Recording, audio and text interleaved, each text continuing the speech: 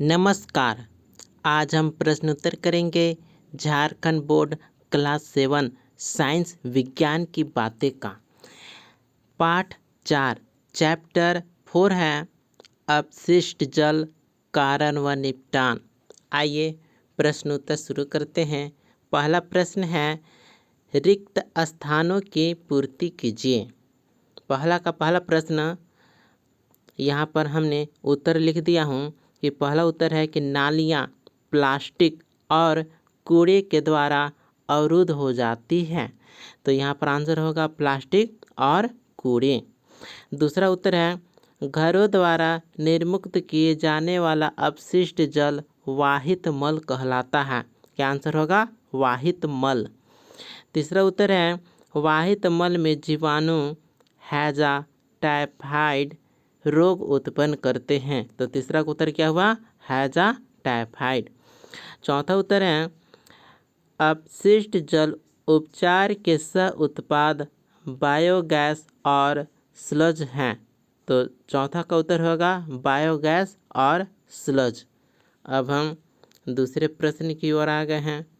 दूसरा प्रश्न करता है कि खंड अ में दिए गए शब्दों का मिलान खंड ब से कीजिए। तो हमने यहाँ पर उत्तर लिख दिया हूँ।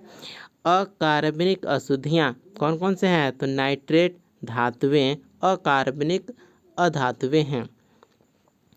जीवाणु से होने वाला रोग है हैजा टाइफाइड। उसके बाद है पोषक तत्व फास्फोरस पोषक तत्व हुआ।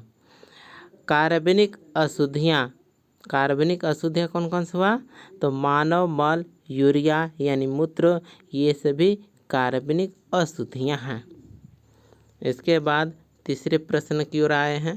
प्रश्न करता है कि सही उत्तर के आगे सही का चिन्ह लगाइए। तो तीसरा का पहला प्रश्न दूषित जल में ऑक्सीजन की मात्रा स्वच्छ जल की अपेक्षा, तो यहाँ पर ऑप्शन ग सही होगा, कम होती हैं। यहाँ पर ग ऑप्शन टिक कर लीजिए। दूसरा प्रश्न है वर्मी कंपोस्ट तैयार होता है। यहाँ पर घ ऑप्शन सही होगा, केचुआ से। इसके आगे तीसरा प्रश्न है जैव अनिम्नीकृत कचरा का उदाहरण है। तो ऑप्शन घ सही होगा, पॉलीथीन की थैलियाँ। चौथा प्रश्न है कि दूषित जल जनित रोग है। तो ऑप्शन घ सही होगा, हैजा। पांचवा प्रश्न निम्नलिखित में कौन सा दूषित जल उपचार का उत्पाद है? तो ऑप्शन ग सही होगा, बायोगैस एवं स्लज।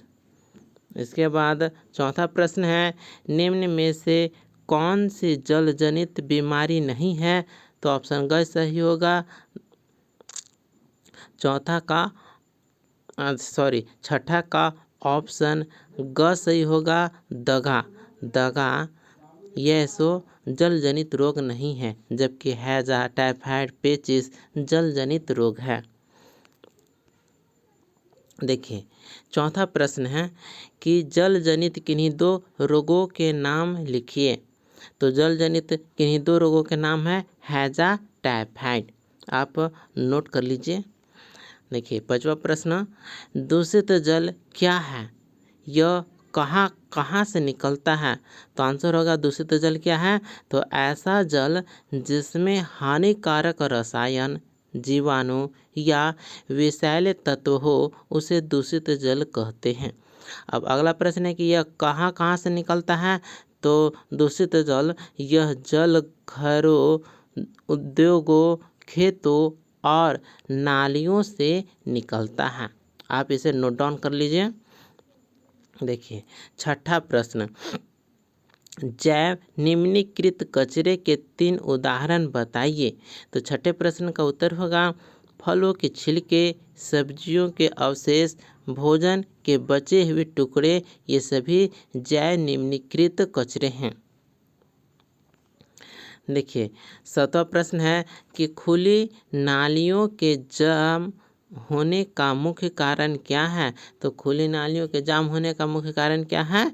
तो प्लास्टिक की थैलियाँ, कूड़ा कचरा और घरेलू अपशिष्ट नालियों में फेंकना इसका मुख्य कारण है। तो आप इसे नोट डाउन कर लीजिए।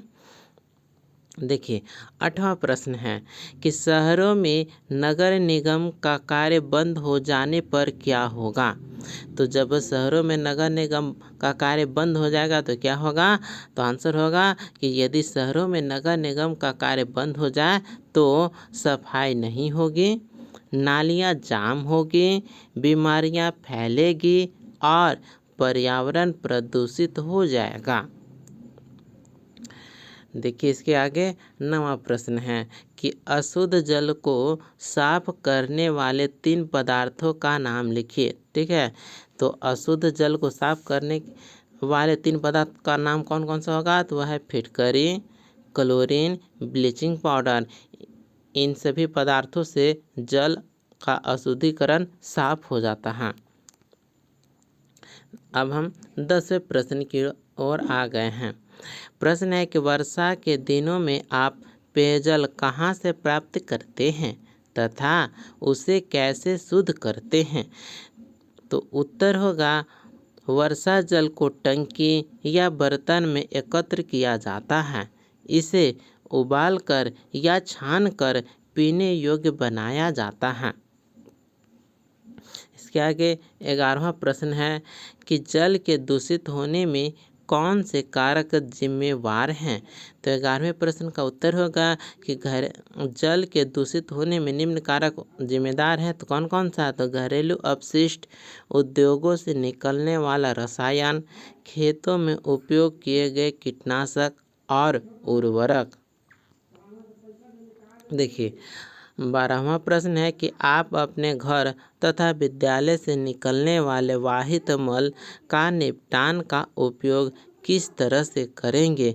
तो 12वां प्रश्न का उत्तर होगा कि इसे सीवेज प्रणाली से उपचार संयंत्र यानी ट्रीटमेंट प्लांट तक पहुंचाया जाए ताकि उपचार के बाद उपयोगी जल और खाद प्राप्त की जा सके। अब हम 13वां प्रश्न की ओर आ गए हैं। प्रश्न करता है कि प्लास्टिक का उपयोग आज हर जगह खाद्य सामग्री यानी कच्चा या पका रखने में किया जाता है। उपयोग के बाद इसका सही निपटान कैसे कर सकते हैं। तो प्लास्टिक का उपयोग हर जगह हो रहा है।